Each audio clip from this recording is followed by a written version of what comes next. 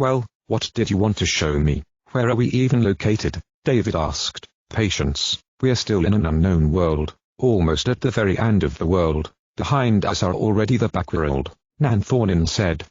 The edge of the world, backworld, and you start talking about it again. So is it possible to jump from here into space? David laughed. If you've ever dreamed about it, I tell you right now that it can't be done, replied the bearded warrior solemnly. I was only joking. The boy was outraged. Nanthornin only nodded. The border of the world is sheltered by an ice wall. If you would like to visit the backworld with me, you can only go to there through the gate of the three worlds. Sure, I accept the invitation. The only question is whether you have prepared space suits and some necessary oxygen with you, David replied in a mocking voice. We'll talk about this another time. Now let's get to the point and tell me what you see in front of you. Change the subject, giant. Well, apparently I still see the unknown world, only that everything here is white like, the boy screamed suddenly, because only now he noticed through the snowstorm that they were standing over a great precipice. He looked down involuntarily and had the impression that it must be at least a few kilometers deep. Nanthornin caught a shocked David, who lost his balance. That's what I wanted to show you, David, Nanthornin said. Really? Just that? Did you bring me here just to show me this great hole and give me a heart attack? The boy was outraged. I can see that you did not saw what is at the bottom, so look there again, the warrior recommended. Never, screamed the fair-haired young man. Are you afraid of heights? Asked the warrior. Nope.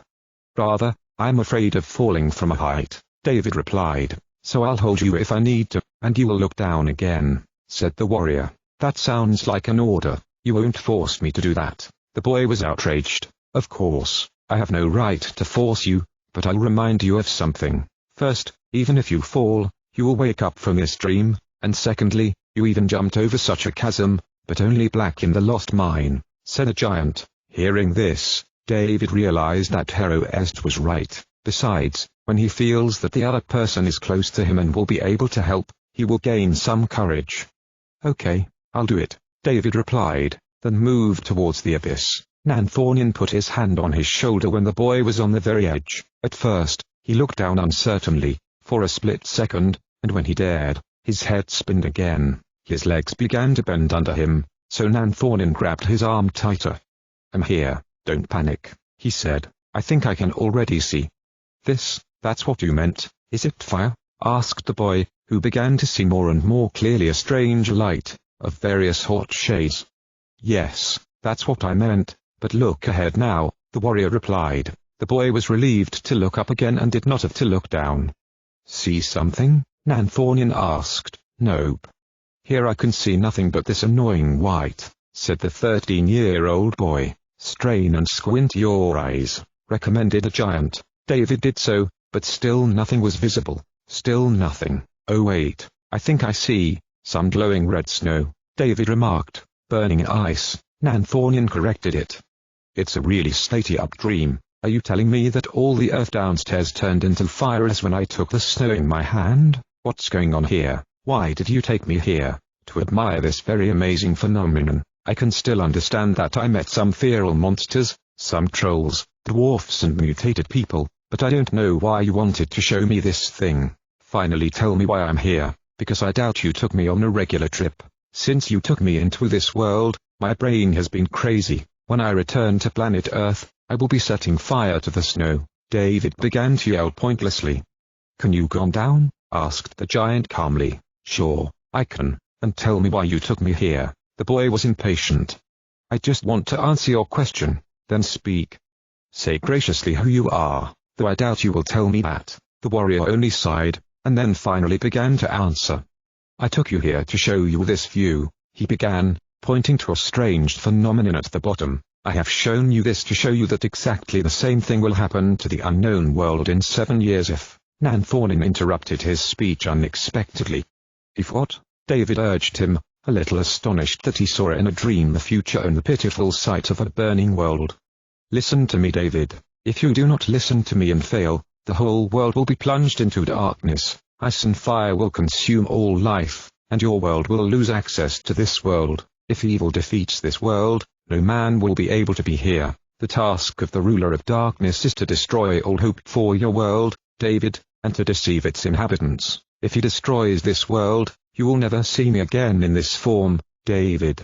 All dreams and imagination will be wiped out. Evil plans to create programmed robots out of humans, devoid of free will. He wants people to know and serve only darkness, who will not know love or friendship in the established new order. Hearing this, David didn't know what to think. What ruler of darkness? Why me? What should I do? He began to ask. And what do you think? Who can be the ruler of darkness, who from the beginning made monsters out of people and forced them to destroy your world and themselves? Asked the warrior. I don't know. I'm not raving about what's going on. It is true that there is a lot of violence and evil in my world, but I do not grasp what this ruler is about. I didn't know it was so bad, David said. Think, David. Who is behind all this? Persecution, murder, theft, rape, racism, hunger? Do you think it came from nothing? Do you think that when it's okay in your city, everywhere else everyone is happy? Tell me, why did humanity allow darkness to impersonate the light and the light to act in the darkness? But that sounds like a such sick threat. If I don't do what you want, then all and everyone will die. You'd better not be ridiculous, David snorted. Then you believe more hypocritic television in your world than me. Do you think the authorities are right about eternal peace and a new better world? Nanthornin asked calmly, probably for the first time with tears in his eyes, since David met him.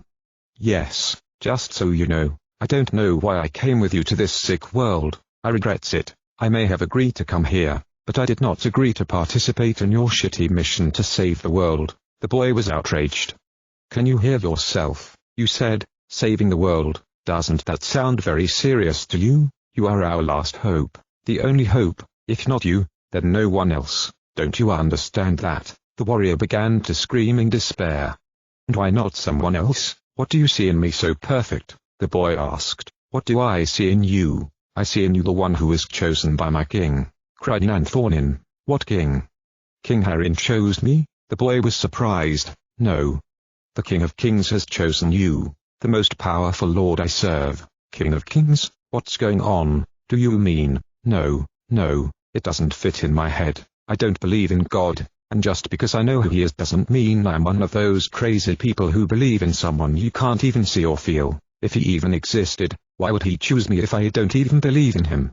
My lord chose you precisely because you do not believe in him. He doesn't choose wise and strong heroes like me. He chooses the humiliated ones to shame the exalted ones. He chooses the petty people to destroy what humanity prides itself upon today, replied the warrior. This is such absurd. I want to wake up from this sick dream. Halo, wake me up immediately. Celian, Terefodin, Terhin, Bago, if you hear me screaming in my damned sleep, wake me up immediately, right now. He started screaming, although he knew that it would not help him with anything. Relax, come to your senses, shouted the warrior. If you don't send me back to reality right away, I'm ready to jump into the abyss just to wake myself up. The boy shouted, not knowing what he was saying. Don't do it, cried the warrior. Seeing the young man approached the cliff, David stopped at the very edge and began to look at the endless white abyss and the huge tongues of fire at the very bottom. He swallowed his saliva, wondering if he's a little crazy. His head started spinning, so he stopped looking down. After a while, he realized that he would not dare to do it for nothing on earth, and his idea was foolish to say the least. So he first took a step back and turned to his comrade. Okay, I exaggerated so much, I'm not going to do that. But just please to stop forcing me into this stupid task, said David, already a little calmed. David, watch out. Heroest suddenly called out to boy in response, breaked into a run. The boy did not know what was going on, until he suddenly felt a strange quake under his feet, and the edge of the chasm under the influence of weight collapsed. The boy suddenly fell on a ledge, located a few meters below, and a falling stone hit his face. David.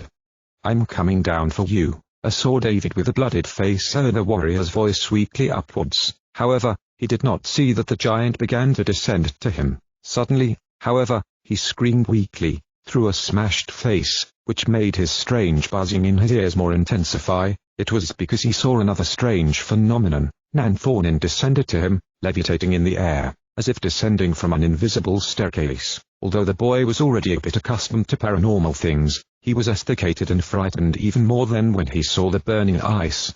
"What is this supposed to mean at all?" the boy asked.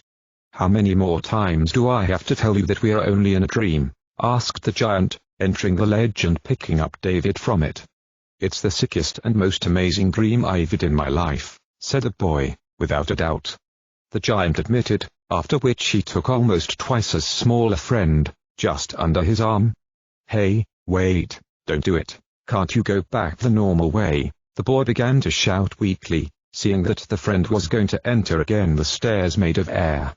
"Just close your eyes, don't look down if you don't want to see that hole under you," recommended Nanthornin. David thought it was a good idea and listened to the man. He would close his eyes until he suddenly felt the warrior begin to climb. He pointed out that he didn't feel Nanthornin touching something with his feet. He felt clearly that the warrior must also feel the emptiness under his feet, but nevertheless, in an inexplicable way, he climbs the invisible steps. Suddenly, the boy felt that the giant was standing on solid ground, so he opened his eyes. "Already? Are we already on the ground? Put me down," he said. Nanthornin put him on his feet as he wished. David staggered dangerously, but he regained his balance. He touched his wound on the left side of his head and saw that his hand was all covered in blood.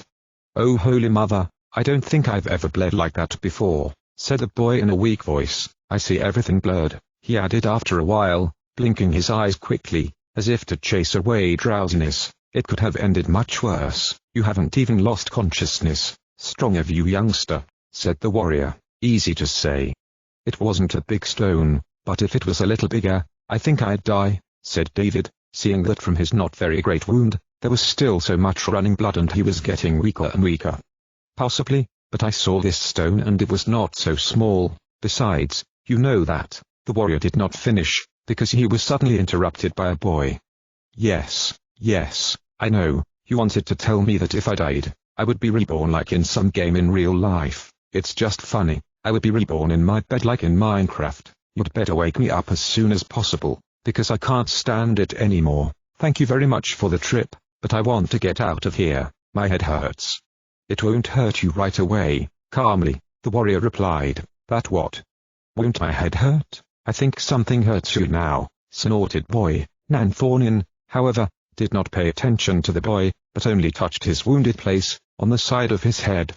"Oh, it hurts. Knock yourself out from me," the boy began to scream. "I'm not doing anything bad to you, I just want to help," replied the warrior. Hearing this, David pointed out that when Hardrocks lowered his hand, he stopped feeling pain. After a while, he began to see everything clearly again and everything around him was no longer shrouded in fog. He touched the left side of the head and noticed that the blood was not running out and the wound was gone. What, how did you do? How?" the young man began to scream. "You still can't understand anything here," said Nanthornin, although it sounded more like a question. "I think so. That means yes. So yes," David said again pointlessly. "Too many impressions for one day?" asked the warrior. "In my opinion, this is far too many impressions for weeks in this world. Everything happened so fast. After all, not so long ago I did not know this place, this world," David replied. "Right," admitted the warrior. "So when will I be able to get out of this sick place?" David laughed. Nanthornin sighs, after which he replied, "I have already shown you what I wanted to show you. I just want to say at the end and be sure that at least you will not forget what I have presented and said to you." David just nodded his head in response. "So I want to tell you something else before you leave," said the warrior. "Sure, what's going on?" the boy asked. "Simply, when you wake up, gather the others and enter the city. Just try not to get into trouble, as if what, I'm waiting with the others for you, in the courtyard, among the slaves. Maybe you can spot us in the crowd," Hardrocks replied. "And that's interesting. Does this mean that at the same time you are also hiding among the inhabitants of the city?" The boy made sure, "Of course. After all, this is a dream, and in fact I also have to be in real," Nanthornin replied. "Oh, I think I am already grasping what's going on. So that's all you wanted to tell me?" "Yes, that's it. You probably want to come back?"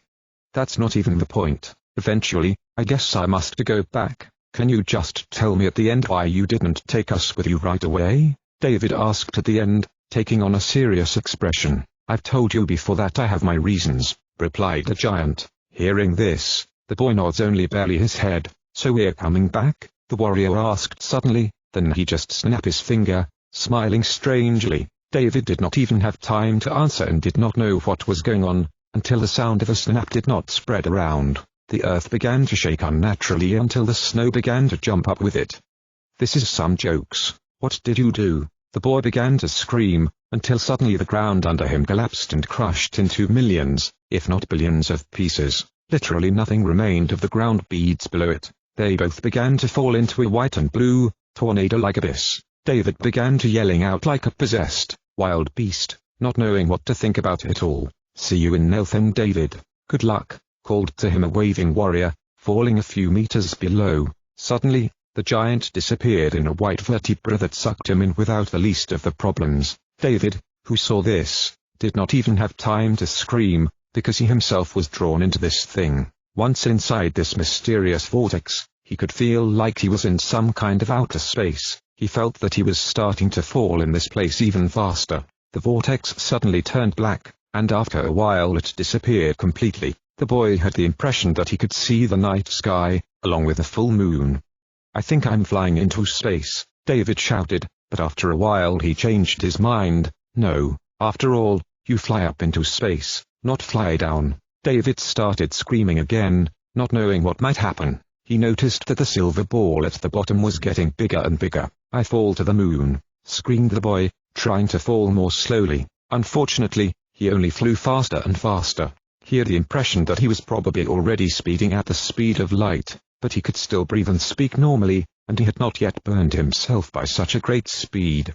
"Too many impressions for one day," the boy snorted, recalling Nanthornion's statement. He began to laugh, and he did not notice that he had already passed by the huge moon. The boy flew literally a meter from this beautiful ball, and all this lasted only a few seconds. Suddenly, the boy felt that he was beginning to break through some bluish coatings resembling the surfaces of water. "Is it the atmosphere? I'm falling to the ground," David asked himself. After a while, he had no more doubts. At the bottom he could already see the mainland and the seas of the unknown world. Oddly enough, the earth did not seem so large and looked surprisingly flat, although through the vast view the boy could even see the sun in the distance, where it was still a day. However, he saw it only for a moment, because he fell so fast that in 3 seconds he was kilometers lower. The view range was getting smaller and smaller, and David could already see the lights of houses, lakes, and mountains here and there. Suddenly, he began to break through the layers of clouds, and when he had overcome them all,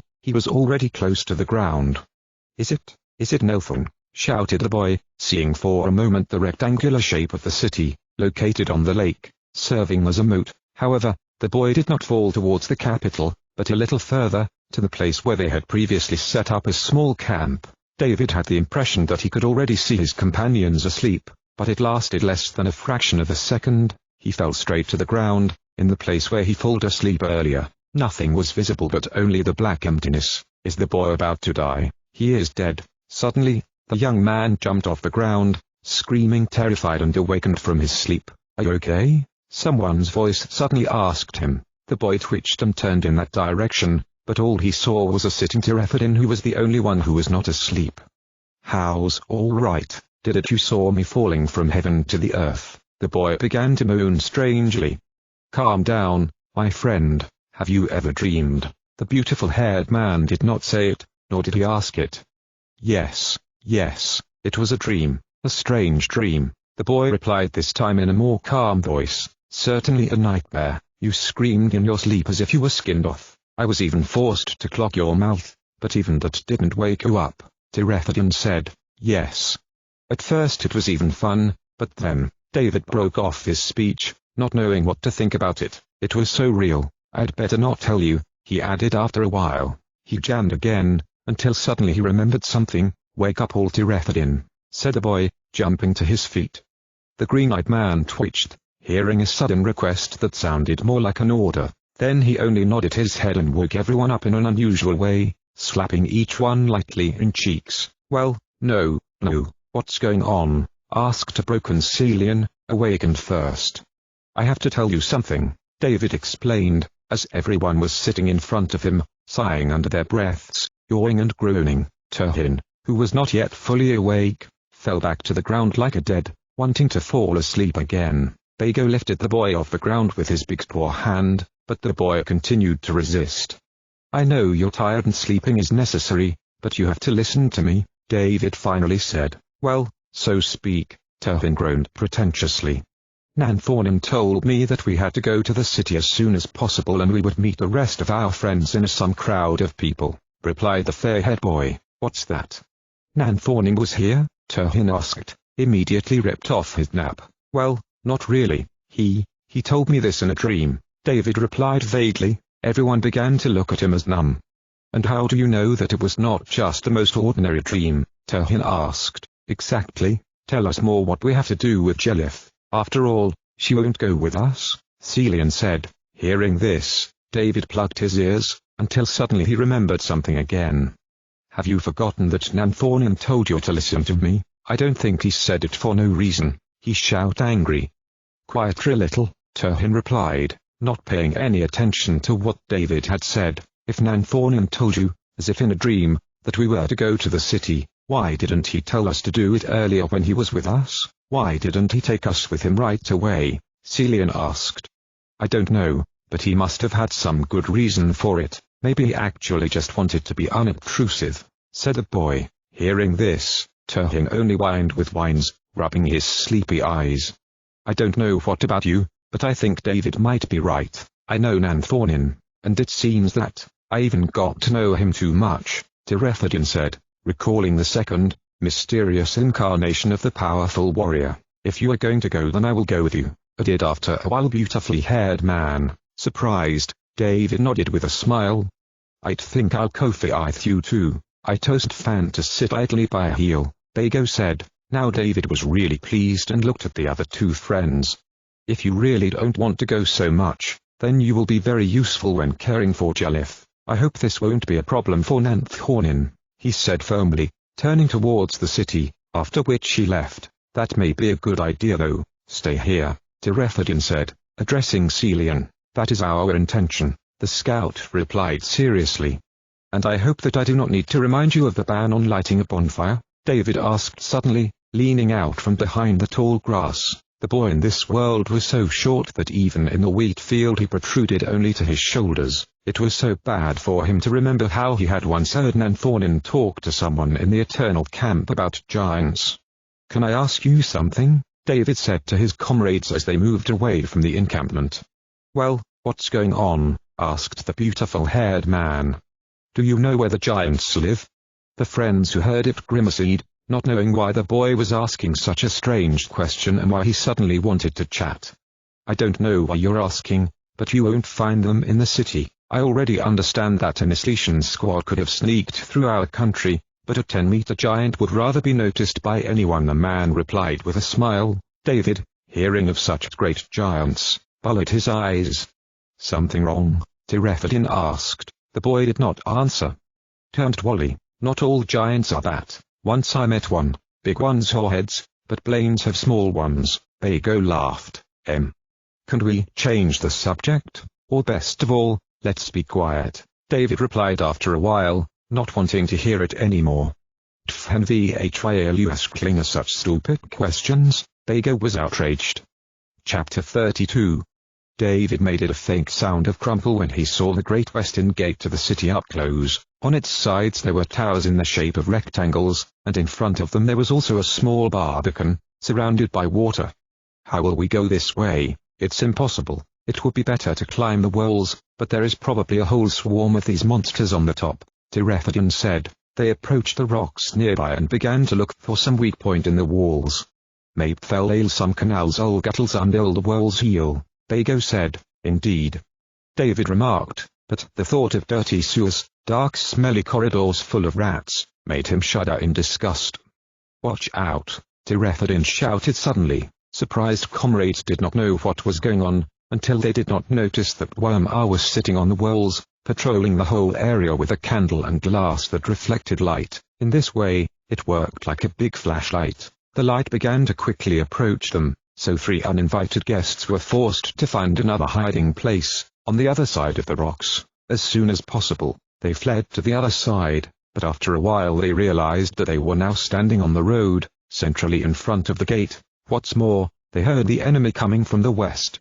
Ah, damn it, TWOU broke down. Then he looked back, leaning out from behind the rock to see if the lantern light was still shining behind them. Unfortunately, yes, if it weren't for the rocks, the guard would have spotted them and raised the alarm. So the burglars were trapped. When they will retreat, again to the other side, they will be spotted by Worma on the walls, and when they will stay in place, the approaching squad of monsters will certainly see them. David wrapped himself in a blanket tighter, hoping that the grey material would merge with the rock into one thing. Unfortunately, it did not do much. The three companions could only count on great luck in the darkness of the night to remain unnoticed. David looked a little to his left to see who was coming. Fortunately, it turned out that most of them were actually people who were guarded by only a few of monsters. He counted about 16 prisoners and 7 guards. All the unfortunate slaves had their hands tied and were chained like animals. One of the wormers held a whip in his hand and a sword at his waist.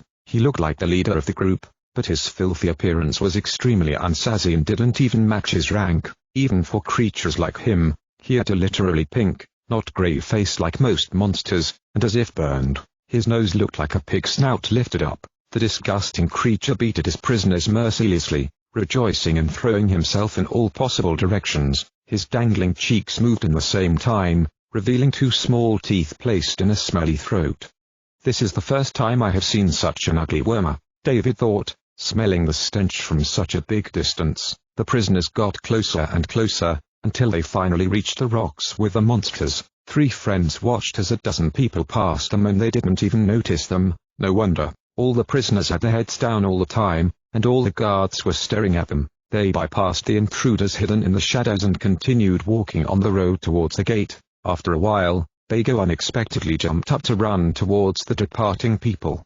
"What are you doing?" TWOU was surprised. Mudman didn't answer, he just turned around and grabbed them both with his paws. 2 terrified people did not know what Bago meant and tried to break out of his embrace, but all for nothing.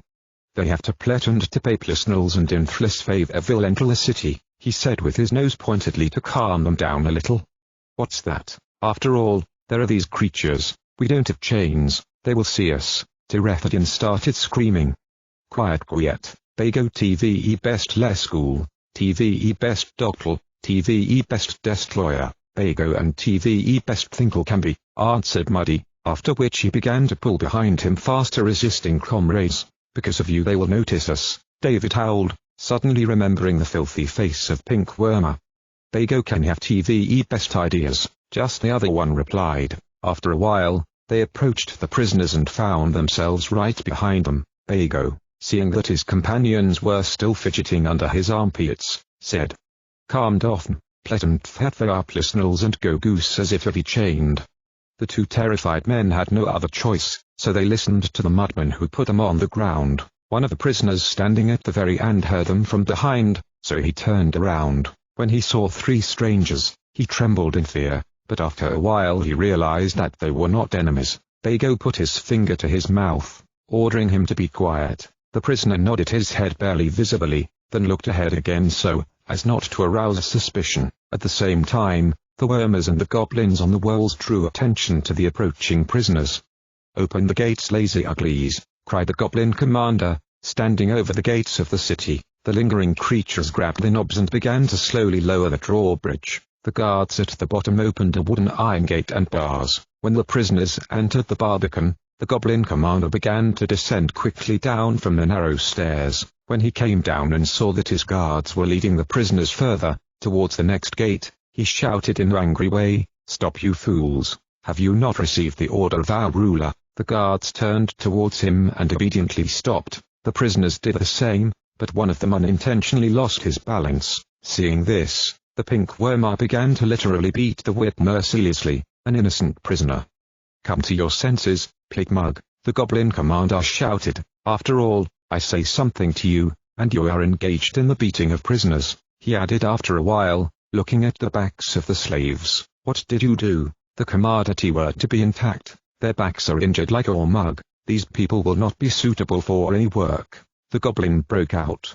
Remember, Wormhog, that it's just human garbage. I mean, they're, of course, as strong as possible. I mean, they will work well," answered Pink Skin Monster, showing the muscular body of one of the prisoners.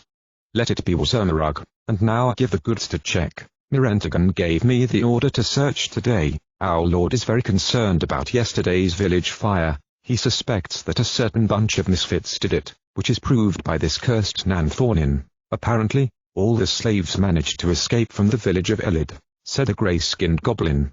"It is for this Wormhog that I bring new workers to the city," replied Pink-Skinned Wormer. "Are they all men?" "How many are there?" asked the goblin. "Yes.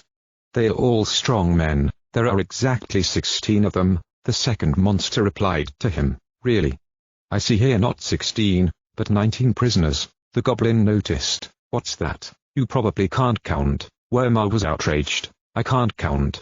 Every day there are new slaves that I have the task of counting. That's my job, you stupid pig. What is this supposed to mean at all? 3 of your prisoners are some boy, Mudman, and some licked boy." The commander of the guard began to scream. After a while, however, he noticed something more. "Why aren't they chained? I can't see the wounds on their back either." Wormhog screams. Hearing this, an embarrassed pink-skinned monster looked back, and only now he noticed the strangers who had slyly made their way into the city. Terrified, he grabbed his sword to kill the intruders who pretended to be ordinary prisoners behind his back. As he and his guards approached them, the burglars also pulled out weapons hidden behind their primitive capes. "Guards!" cried a goblin commander who saw it. After a while, his soldiers began to run out of the walls of the Barbican. Pig-headed Wormer, however, did not intend to wait for reinforcements, so he threw himself at 3 inconspicuous-looking intruders. A boy in a white sweatshirt, however, reached him with a sword, injuring his stomach, through the unshielded part of the black armor of the monster. Wormer squeals like a real pig, after which he cowardly moved away and ran away from the crowd. After a while, 3 companions were surrounded by a large group of monsters. However, the creatures did not attack yet, because they had not received the order. Suddenly, everyone heard a monstrous scream. "Toss your weapons, otherwise I will kill each of these prisoners." Sequentially, David and his friends looked in that direction and saw a pink-skinned slouch Wormer putting a blade to the throat of one of the captives. "You can't do it, pigmug. This is my precious commodity, the source of my wealth, for which I get sincere solid gold from our ruler every day." The goblin howled at it like a wild dog.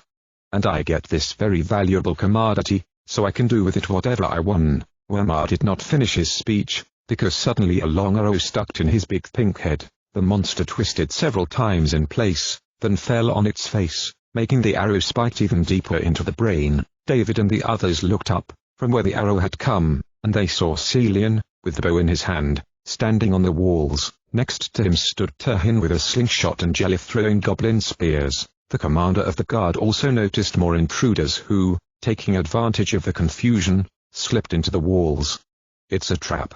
Raise the alarm!" the monster screamed, running quickly into the walls. Hearing this, Celian, standing on the west side of the wall, fired arrow at one of the guards, who wanted to ring a large bell on the northern wall. The arrow crashed into the back of the head, so the dead creature flew all the way down, straight at the heads of the other monsters. The shield of one of them shot up and fell on the stairs, from which the goblin's reinforcements were just running. One of them did not notice the shield under his feet and he stumbled clumsily, pushing others down from the stairs. High and narrow steps without barriers were very dangerous. One of the terrified monsters managed to grab the legs of his comrades in the back at the last moment so as not to fall, but the stupid creature only aggravated the situation, so that all 3 monsters fell from over a dozen meters to the ground. The verma spearman standing at the bottom had just lifted his weapon up, until suddenly one of the falling creatures dived into it like a shish kebab. Wormer lost his balance and fell with the victim of spear into the catacombs underground.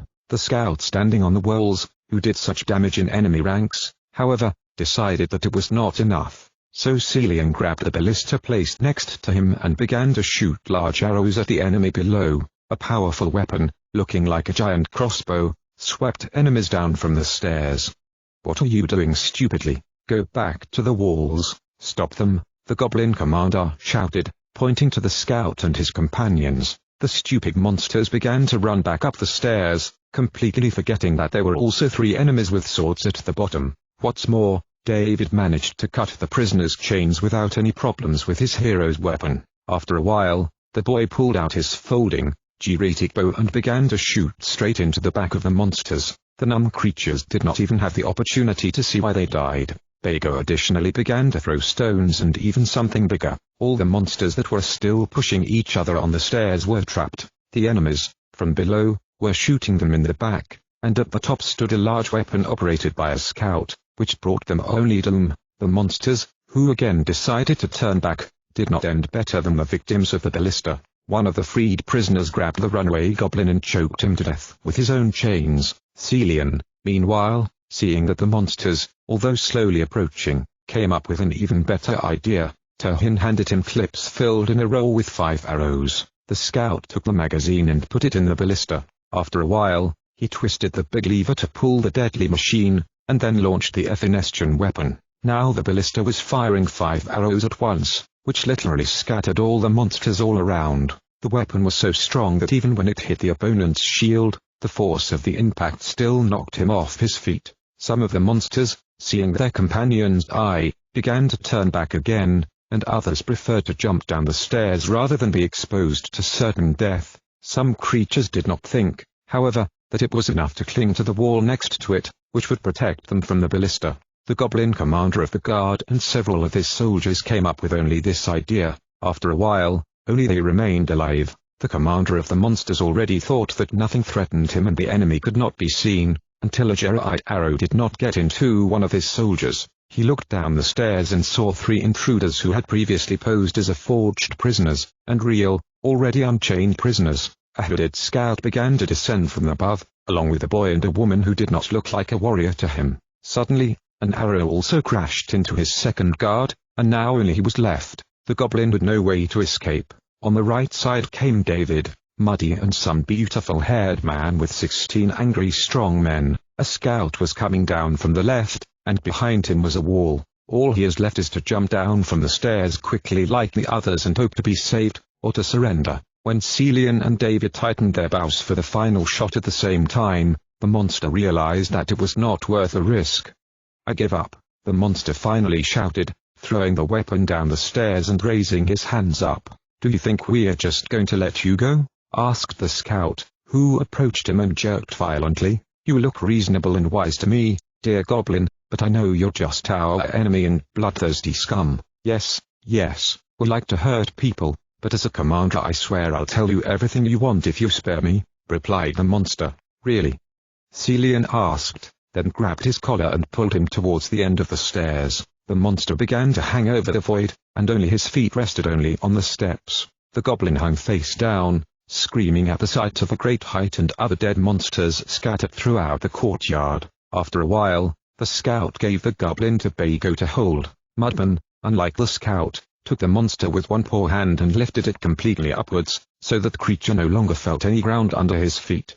"Do you see those palisades at the bottom?" Celian asked the monster. Hearing this, David trembled until horrified, though he did not feel sorry at all, for the brutal and blinded by evil monster. "Yes, I see." Meanwhile, the goblin commander answered Celian's question. "If you don't answer our questions, we'll drop you straight to that place, you understand?" The scout continued to say to the creature. I understand." The terrified monster began to stutter. "So I'll ask you the first question, where is King Horin imprisoned? In the dungeons or maybe in his own chamber?" Hearing this, the monster replied hastily.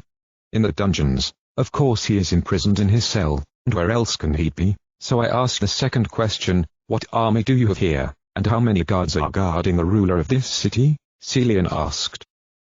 We have a very powerful and organized army. You will not creep into the city and you will not be able to free your king," the goblin replied. Celian only snorted, and then asked Muddy to put the monster back on the ground.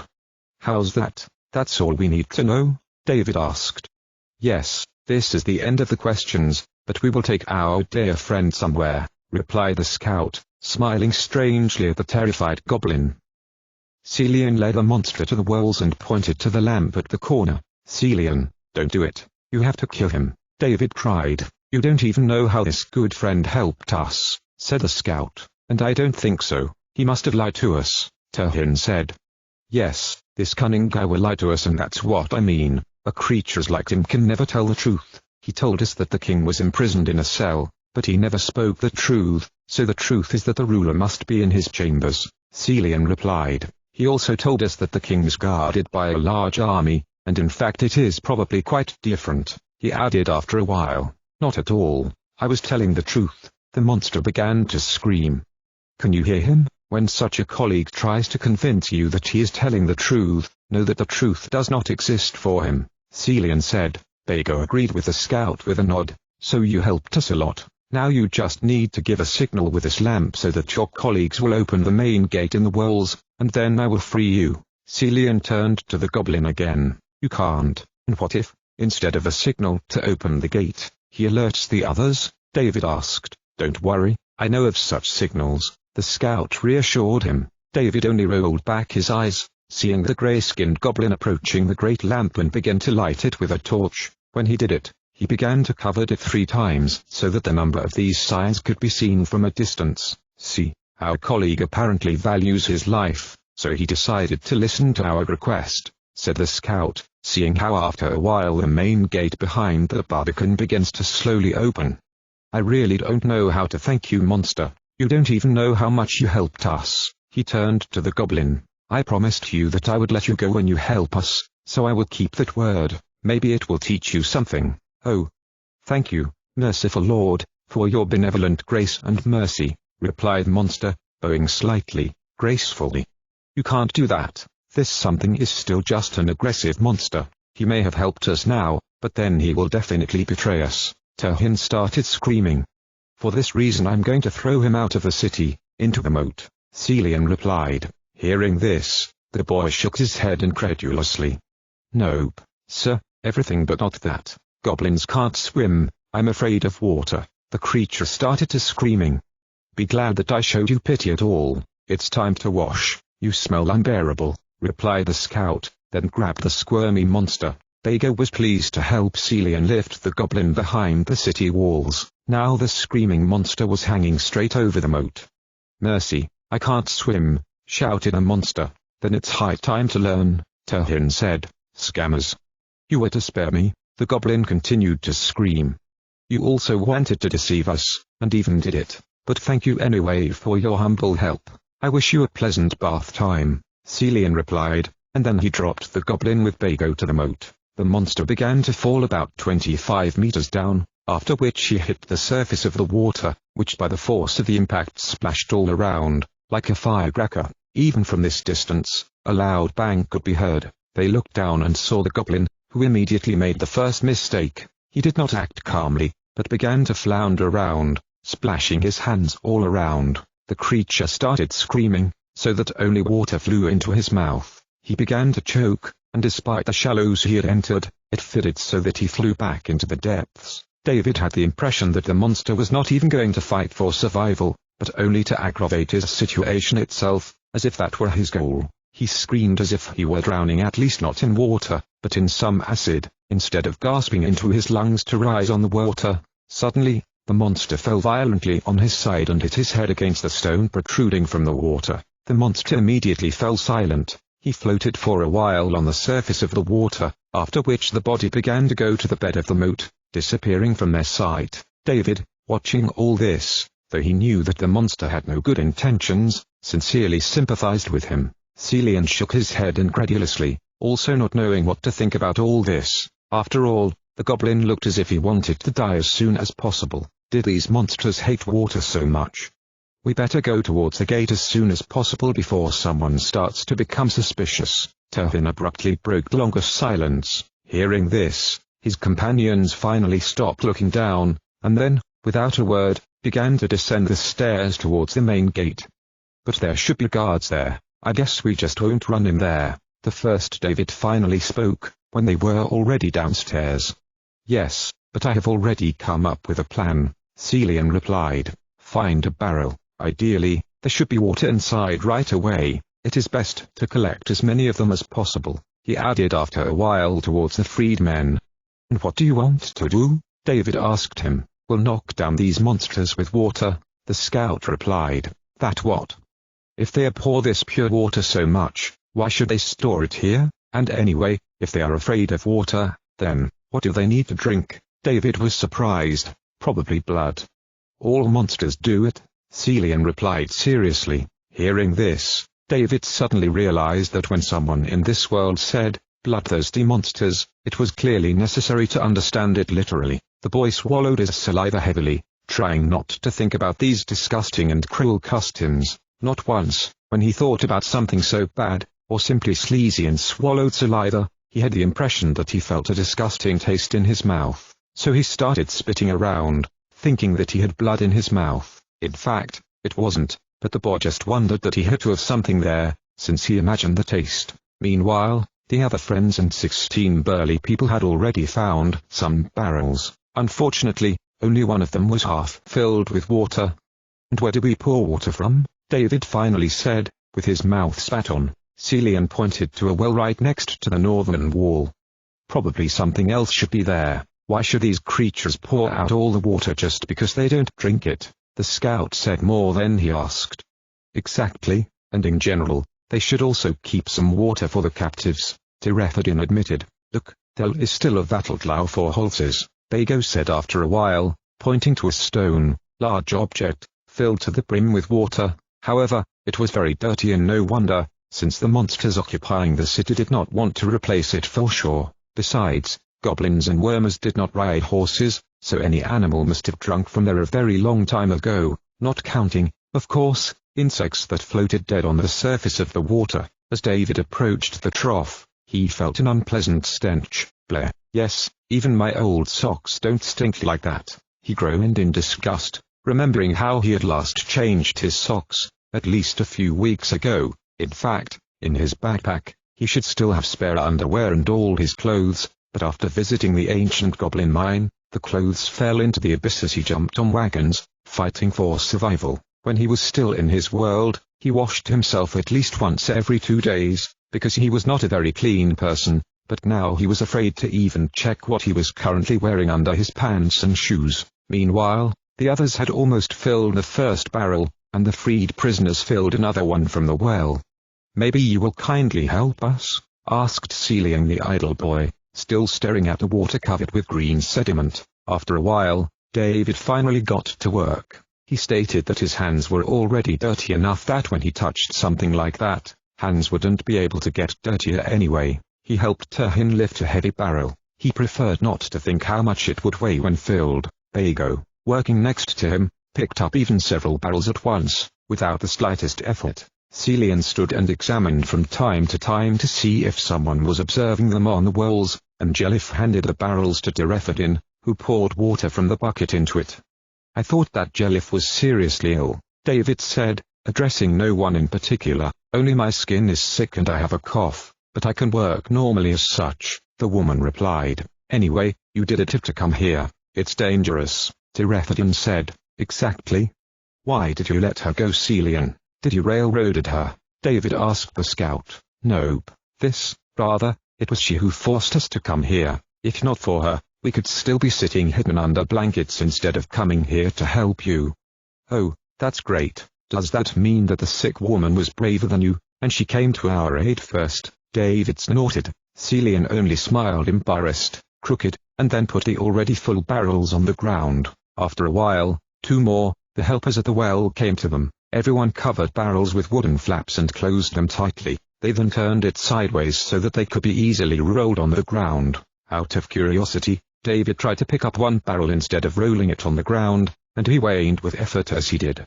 "I think it weighs half a ton," said the boy. Celian began to roll the first of the barrels towards the gate, but after a while he stopped. "So you're done. You are the front, David. After all, you are our commander," said the scout. David hesitantly went first and crossed the threshold of the second gate. A second wall appeared before his eyes, surrounded by another, much smaller moat. Behind it there was another fortification, on which night guards could be seen.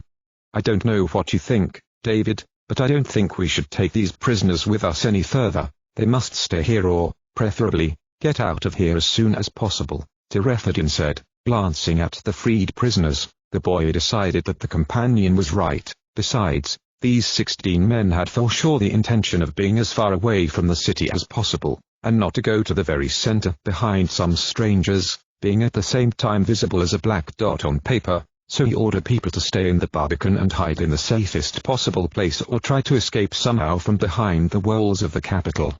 The whole area is cleaned, I think. You should not have problems, but beware of a possible threat, Tirefadin said to the men at the end, giving them a few loaves of already stale bread as a gift, so that they would have something to eat onto the road. 16 men, with an expression of immiscible gratitude, bowed to them all, and then turned back without a word towards the opposite gate, grabbing their newly acquired weapons. When they disappeared from their sight behind the gate, they looked ahead again. David tentatively entered the drawbridge, pushing tens of liters of water in front of him. After a while, when he came out of the shadows, the goblins standing on top of the walls, who had previously seen the signal to open the gate, noticed the approaching boy, and other newcomers who followed after him after a while. One of the guards wielding a bow tightened a weapon to the shot. "What are you doing? After all, we had a signal to let them in," another monster screamed, which was much higher than the archer. "However, this does not mean that we should not search them again. This case seems to me to be very suspicious, General. It's been a long time since the signal, and they are only coming in here now. Mirantigan thinks that the people who set fire to the village can come here at any time," said another goblin. "Don't you think unless these people are them, they were searched, and besides, why would they enter this way instead of, for example, through the walls?" asked the senior goblin. "Anyway, we have to find out who this human garbage is. They have some goods with them," replied the third one. "Did you say human garbage? You'd better pay attention to your words. After all, there is an Isletian general standing in the courtyard. If he had heard that, he would have thought you were talking about them and he would have shot you with his boomstick, right in your empty head. You yourself have an empty schmagreraben." Another one screamed at their commander. "What did you say? How dare you offend my feelings?" shouted a high-rank monster, which sounded like a real human voice, full of indignation.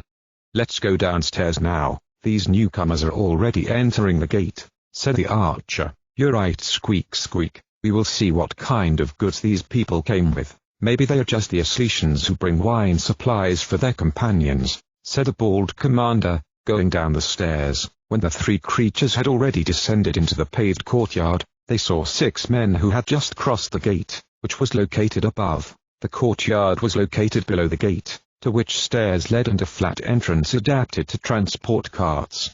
"What kind of one of you are?" cried the bald goblin. "We deliver beer by order from our commander," replied a young man dressed in a green coat with a hood.